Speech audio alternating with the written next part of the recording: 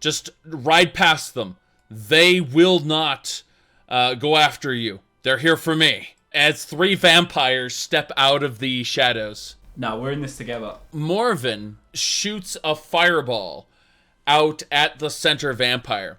The center vampire manages to dash backwards and only takes about half of the brunt of the explosion. The 2 lesser vampires to his sides were killed immediately. He only suffered about half of the damage from the blast, but generating a red lightning from his hands, he touched his own chest, and with a flash of light, he was healed. Immediately, with a hiss, he put his hands forward on the ground as if he were about to run on all fours. If you wanted, you could cast a barrier on me and I will charge out to meet him.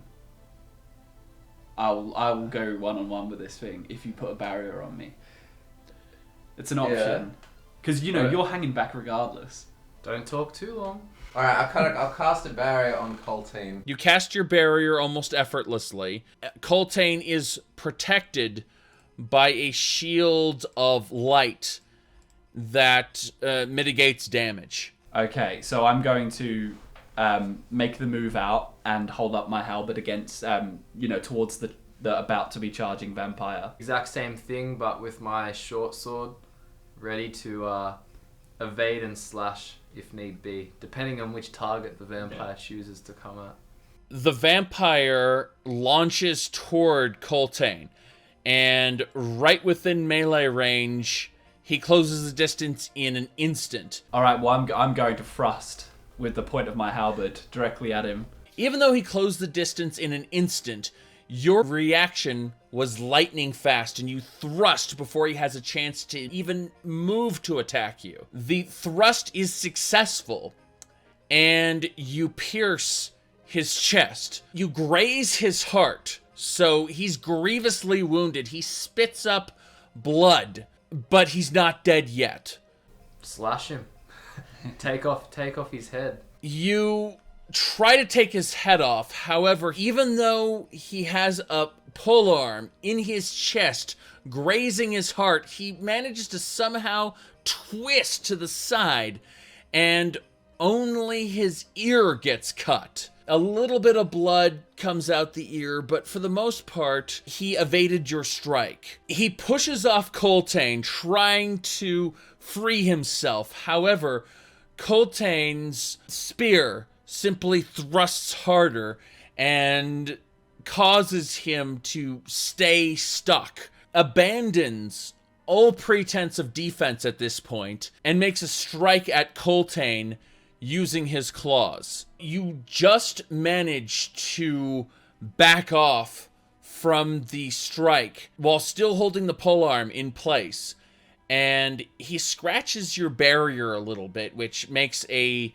kind of a spark as the barrier becomes visible for an instant and then, fades away as it is still protecting you. The vampire is now off balance, considering he is being tugged by your spear, which is inside him, and by the fact that he just failed an attack. I'll come to the side, and I'm going to cast a firebolt directly at the vampire. I'm really scared. Revan's firebolt fails spectacularly, and instead of shooting a directed bolt of fire, he shoots out a spray of flames that hits both Coltane and the vampire. Now, Coltane is protected by your barrier and receives no damage from it. However, the vampire starts to feel the heat, and he doesn't like it very much. He hisses as he's distracted, and he kind of faces you, but he's flinching against the polearm. Time for another slash, so just an upwards diagonal slash with one hand. I'm going to take the wakizashi and just try and cut this beast in half. A spectacular slash impales the gut of the vampire and then slashes upward. And comes out his neck. This upwards thrust utterly destroys him to where he isn't quite falling apart yet, but he's spraying blood. He's on the verge of death. Morvin runs up behind the vampire and quickly drives his sword into the back of the vampire's head. He manages to crack the vampire's skull as the vampire's reeling backwards from Ral's attack, and the vampire dies. Shake him off my halberd daintily. Morvin just kind of shakes his head and goes over to the corpse of the vampire, which has decayed into dust almost instantly. He picks up a small sigil off the corpse, or off the pile of dust, but leaves the gold coins and other assorted things for you guys. And then he goes to other corpses of the two vampires that had gotten blown up by his fireball and picks up the sigils as well, leaving the rest of the loot for you guys. Alright, well, I'm gonna take it all. Well, actually, I'm going to like move my halberd with the body on it away from you, and then like I'm gonna go. The body disintegrated. It's Ash. It's Ash. Okay. I'm going to Morvin, and I'm going to use my law skill on the sigil and just like have a peek at the sigil and use my law skill, see what I know. Worm cult sigils. Let's get going. We can talk on the way. I'm gonna loot some corpse. Yeah, we'll share the coins 3 ways. Yeah. In 2 ways, because Revan didn't want any. Yeah, Revan's too busy. Plus, he kind of nearly got us killed. Well, actually, but I appreciate the barrier. Actually, you could have been a vampire because that scratch that just nicked your barrier could have nicked you and turned you into a undead. So, really. Ral is investigating the corpses of the 2 that died to begin with. The 2 corpses, they both have tattered robes, seem to have a mild enchantment. There's also what look like small coin purses. They're not very full, if you know what I mean. And there's also one of them has a black soul gem. Okay, and there's obviously the vampire dust as well. Yes, the vampire dust is the corpse. Vampire dust, how do I put this, is very plentiful when you kill a vampire. It's not just like a little one-use type of thing, you know what I mean? Well, I'm gonna take that vampire dust, and I guess I'll have to gather it in. I have an empty bottle, so I can put it in that. You managed to gather 5, for lack of other word, servings of vampire dust in that bottle. Well, I think I'll loot the main corpse then. Yeah. The ash pile of the main corpse. Pouch instead of a coin purse, and the pouch has what looks to be a black soul gem, as well as 4 of these very large coins that have Emperor Varen on them. They seem to be old commemorative coins, which are very large, and they seem to be made not from gold, but rather from a gold-silver alloy known as electrum. Okay, well I'll pocket them. I'll pocket the whole pouch, including the black soul gem. Okay. There's a black soul gem here if anyone wants it. Alright, well I'm going to go over and I'm just going to take that black soul gem, because why not? Faldarth walks over to Coltane while the others are distracted and hands him what looks to be a black dagger Ooh. Ooh. that he found on the ground. Give it here, you slut. Okay, let's add that to my... Well, actually, how about what I do is, is it worthwhile casting an identify spell on it? Yeah, so I'll let you examine it for the magical properties, and then I'll examine it afterwards, maybe. Yeah, alright. You seem to notice a faint magical aura off of it, but you really can't make anything else out. The details are obscured to you. Okay, and then I might investigate it for the physical properties. Don't really notice anything special as far as the sharpness or the make of the blade. You can't really figure out where it was made, but what you can tell is that the blade itself has the worm cult sigil, the same symbol, engraved at the point where the hilt meets the blade. Okay, alright, well that could come in useful, so I'll just chuck that in my pocket and... Yeah, I'm happy to move on. I'm not going to bother identifying it. It's probably just a dagger. The rest of the journey is fairly uneventful, but you guys actually managed to get quite a bit of rest. If I'm doing conjuration, it might be handy to learn Daedric. You want Feldarth to try to teach you some Daedric, in other words. Yeah, pretty much. Feldarth, reluctant at first, but he does acquiesce, and he teaches you a few key words and syllables and things that help you put things together where you had no idea they went before. So now you're able to, at the very least, do a surface reading of Daedric runes. Aren't quite up there with carrying on a full conversation with Daedric, but if a Daedric lord were suddenly, shouted something, you'd probably get the gist of it. Cool. As you guys are in the wagon heading north to Greenpoint, Morvin tells you a little more about his story and how he was part of this mages guild that exists in High Rock, and how there was all kinds of internal strife going on during the Great War in the Iliac Bay between the various powers, how the warp in the West left everyone confused, but it definitely brought peace, how he got a hold of the Necromancer's amulet, and how every night on the moon of the Shade of the Revenant, he gets attacked by necromancers. How he's actually gotten rather accustomed to this, which, no one should really be accustomed to this, but he's just going to see his job through. How he's going to get Revan Serethi north to the Mages Guild, where when Revan deems it necessary, he can get teleported to the Imperial City. That's all Morvin's real invested interest in, is getting Revan to the Imperial City so that Revan can talk to the Archmage of the Arcane University, because that's his job. Everything else is secondary to Morvin. You guys travel north to Greenpoint City.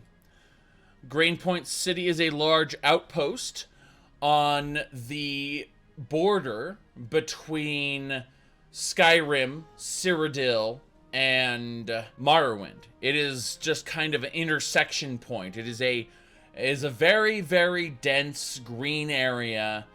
In general, it is not well maintained by the Imperial Legion or any other force. So as a result, they had to cultivate a large militia here. Morvin explains all this to you guys as you approach the very large city, which, he explains it's maybe a quarter of the size of either Coral or Cheydinhal, one of those cities. Like, in terms of the size of an actual county, this is actually quite small, regardless of its large appearance. As he enters the main gates, the knights step to the side to allow you guys to enter, and he reminds you not to do anything to tick off the local knights, because they are more or less the militia. They are the law, while the Empire is not here. He kind of gives you a gesture as he heads on up. He really only cares about Revan, but he leads you guys up and through the main city, past all these battle mages and all sorts of other folk. There are peasants going about their daily lives. To the south of you, there is what looks like a temple of Kinnereth. There seems to be only one patron there, despite, it being fully staffed with priests and everything. In general, it seems that the local religion isn't considered the main focus of this particular place, as everyone seems to have either trade or other local needs taken care of already. As he's leading you guys up the main road past what looks like just little pairs of knight and mage, and it seems like they're focused on defending the city. They're on the lookout, and they do notice you guys. Morvin explains the state of this particular area here, and how they're mostly self-sufficient, which is why they were able to create such a large force. And they do actually have a good population of Dunmer and Nords who don't choose to travel the main roads, who are actually outlaws to Imperial society, but because the Empire doesn't really care about this particular area, there isn't an Imperial guard running up to them and shouting halt every 2 seconds. Instead, they're held to account based on local laws, which means, like, if they commit a crime here, they are immediately taken care of. But until they are caught committing a crime here, there's really no reason to look on the charts that the Imperial Legion sends them, or sent them before this particular occurrence happened, with this conflict. Are we getting like shifty eyes from these guards? Every once in a while they size you up and down, make sure you're not drawing a weapon or anything, but otherwise they don't really care. I'm just going to ask Morvin about the cult of Emperor Zero. And the cult of Emperor Zero was actually founded by Tiber Septim himself soon after he came to power. And that was because Emperor Zero was indeed the emperor who predated Tiber Septim. And when Tiber Septim's throat was slit, that was the day that Emperor Zero died, and he took over as emperor. In general, Emperor Zero actually granted rights to these people. And that's why Greenpoint is what it is because of the promise that they would own this territory. Well, now you guys know. Thanks. That's what I read about in the journal before. We're here at the Mages Guild. Let's drop in really quick, and we'll get you set up with anything you need, Revan, and then we'll head on over to the keep. It's cool. I might chill outside with the scamp. Yeah, why not? I'll come in. As Morvin heads on up, a Dunmer sorcerer immediately runs down to meet him and shouts, Guildmaster! Guildmaster! Quickly! What is it? They immediately run off to the north to see a couple, a knight and a wizard, which are both wearing the Duke's colors, the bear claw of Greenpoint. They're standing there in front of the teleportation chamber. What are you doing here? He says to the knight. The knight comes up to him and replies, Oh, Guildmaster, good to see you. We're locking down this teleportation circle until the Duke deems otherwise.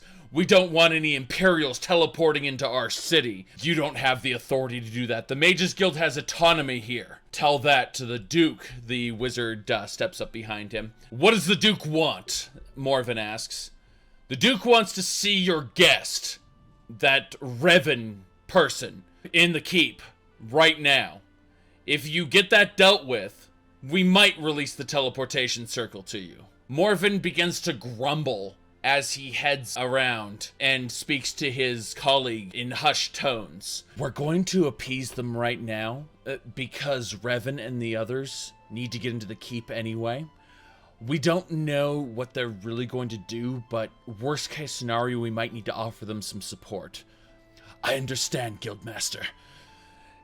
If this goes badly, we may need to get them out of the city as quickly as possible, and that might require bloodshed. Keep that in mind. Understood, Guildmaster. Go talk with the Conjurer and see what he can do.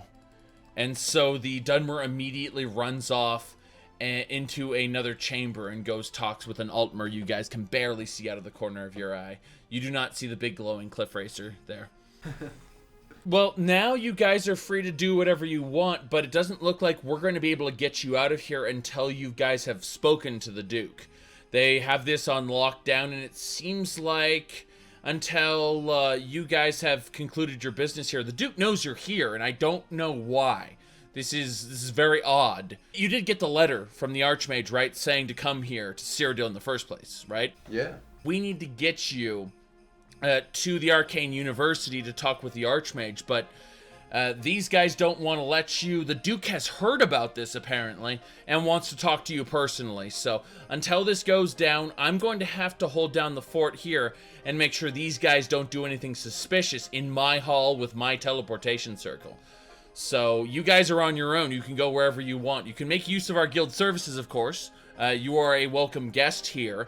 We'll assume you have the rank of journeyman at least, so full services are open. Send me in the direction of someone who can sell me some spells, perhaps destruction spells. The Red Guard to the left. He actually points you up to the direction of this side room here.